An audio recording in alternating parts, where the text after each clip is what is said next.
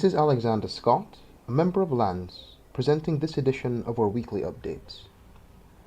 Before we continue, please visit our website at jalands.org or follow us on social media. Our Twitter handle is @lands_JA. First, we will look at the COVID-19 pandemic locally and our vaccination program. In a Jamaica Gleaner article titled, "Jamaica Puts on Pause Russian Vaccine Offer," it was reported that while Russia has in fact offered us their Sputnik V vaccine, the government has withheld accepting it until it, that is the vaccine, is cleared by, quote, global health authorities, end quote, to which we can assume they mean the World Health Organization. The article also went on to state that the government welcomed the news from the World Health Organization, the WHO, which stated that the Oxford AstraZeneca vaccine, can in fact be given to persons in all age ranges. Up to now, it had not been approved by the WHO, and therefore European Union countries, along with, I believe, Great Britain, had stated that senior citizens should not take the vaccine. So this ruling, this mandate by the WHO, means that everybody can take this, so more persons can get vaccinated.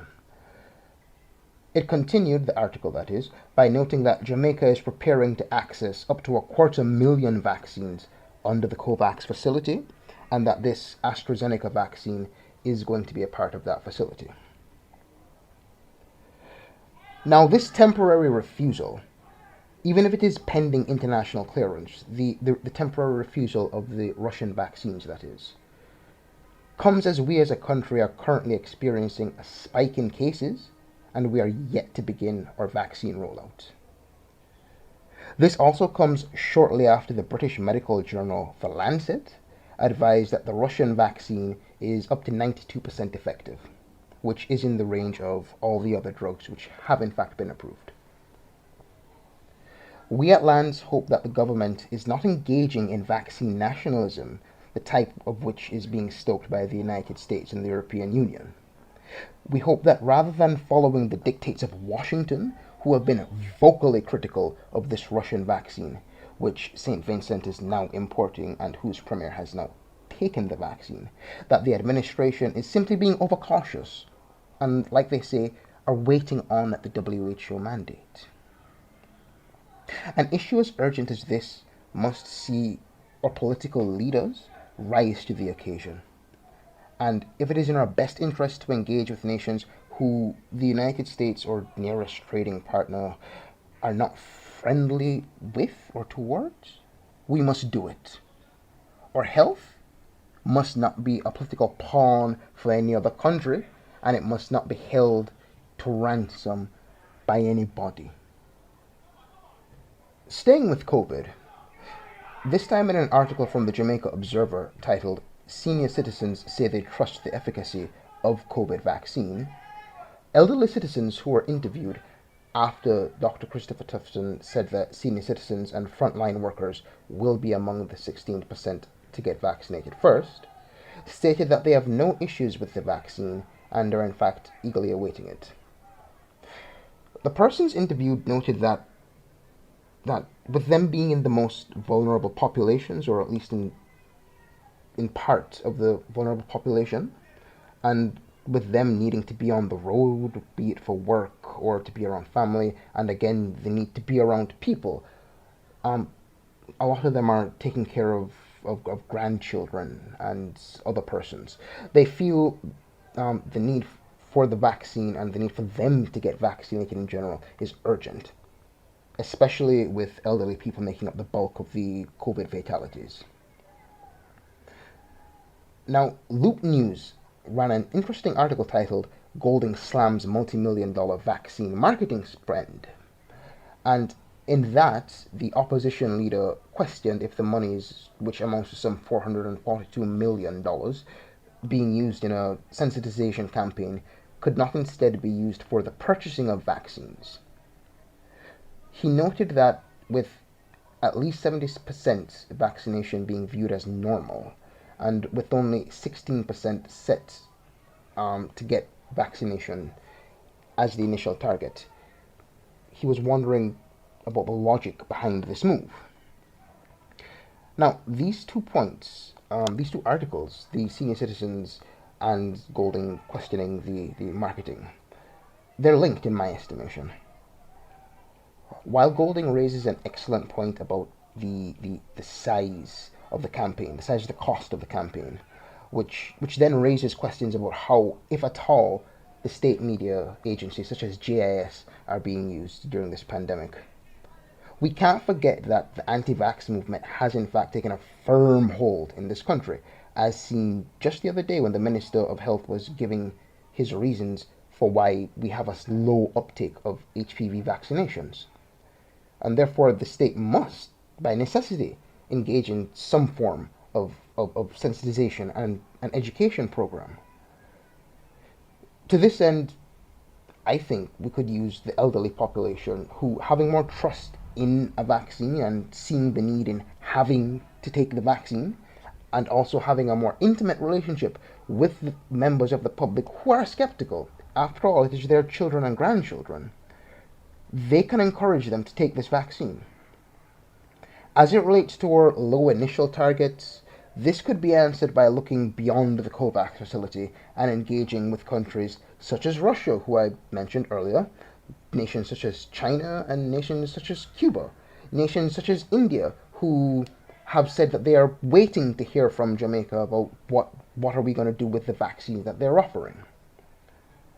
While we have begun such talks, they must be sped up, and the vaccines must be made available as soon as possible if we are to put a lid on what is fast moving from just a burning fire to an unstoppable outbreak, an unstoppable pandemic. Finally, we will end with a look at regional events and specifically what is happening in Haiti. In an article titled Haitians Intensify Struggle Against President Jovenel Moïse by newsclip.in, it was reported that the citizens of Haiti were preparing to continue their struggle against President Moïse.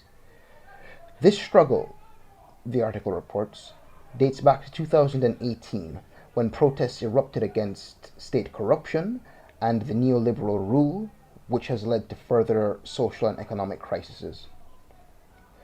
The article went on to state that the current organized protests against President Moïse are made up of the political opposition, many civil society groups, and human rights movements, and that their aims are to ensure that he demits office on February 7th, as the Constitution dictates. Something which he has deemed false, stating that his term ends next year. In an article, this time from the People's Dispatch, it stated that the protests in Haiti, which have been going on for over a month now, have garnered even more strength after President Moïse refused to step down. It noted that a Supreme Court judge has been appointed interim leader by the opposition after the courts upheld that Moïse's mandate ended on February 7th. It went on to note that the response from President Moïse has been very violent and bloody, and that his police and military are being backed by the United States and Canada as he seeks to extend his stay in power until at least next year. In a news article, this time from the Jamaica Observer, titled CARICOM Closely Monitoring Situation in Haiti, it noted that the CARICOM Secretariat is expressing, quote, concern, unquote, over the developments in Haiti. That the Secretariat is monitoring the situation, it's urging stakeholders to be guided by the Constitution and rule of law, and it is also expressing displeasure and anguish at the security situation, which sees armed gangs and just attacking protesters, and the general disruption of people's livelihoods. The statement from CARICOM came after the president of Haiti again refused to leave office, and it came after he arrested a judge, a police officer, a high-ranking police officer, in a crackdown of what he called a failed coup plot. This situation in Haiti is not new. It has been in political and socio-economic turmoil since the United States-backed coup of 2004, a coup which Canada partook. We at Lands stand with the protesters who are demanding the removal of Moise and his US-backed regime. This situation, which has been created by nations such as Canada and the United States, cannot be solved by nations such as Canada and the United States. And with the Organization of American States, the OAS, remaining the same tool of American imperialism that it has always been, it is therefore left to CARICOM nations individually and CARICOM as a bloc to step up to the plate and ensure that stability is returned to Haiti.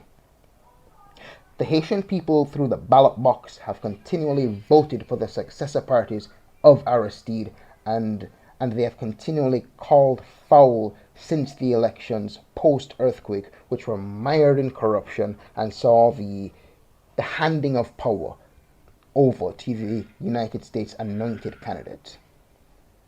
The sustained exploitation of that country, Haiti, comes from two places in particular, the United States and Canada, and we as a regional body, for the sake of the first Black Republic and for our own collective safety, and I say this because a compromised CARICOM member leads to a divide and a weakened body, must be the ones who ensure that stability is returned to Haiti on the terms laid out by the Haitian people. This is Alexander Scott, once again presenting this week's edition of Lands Updates.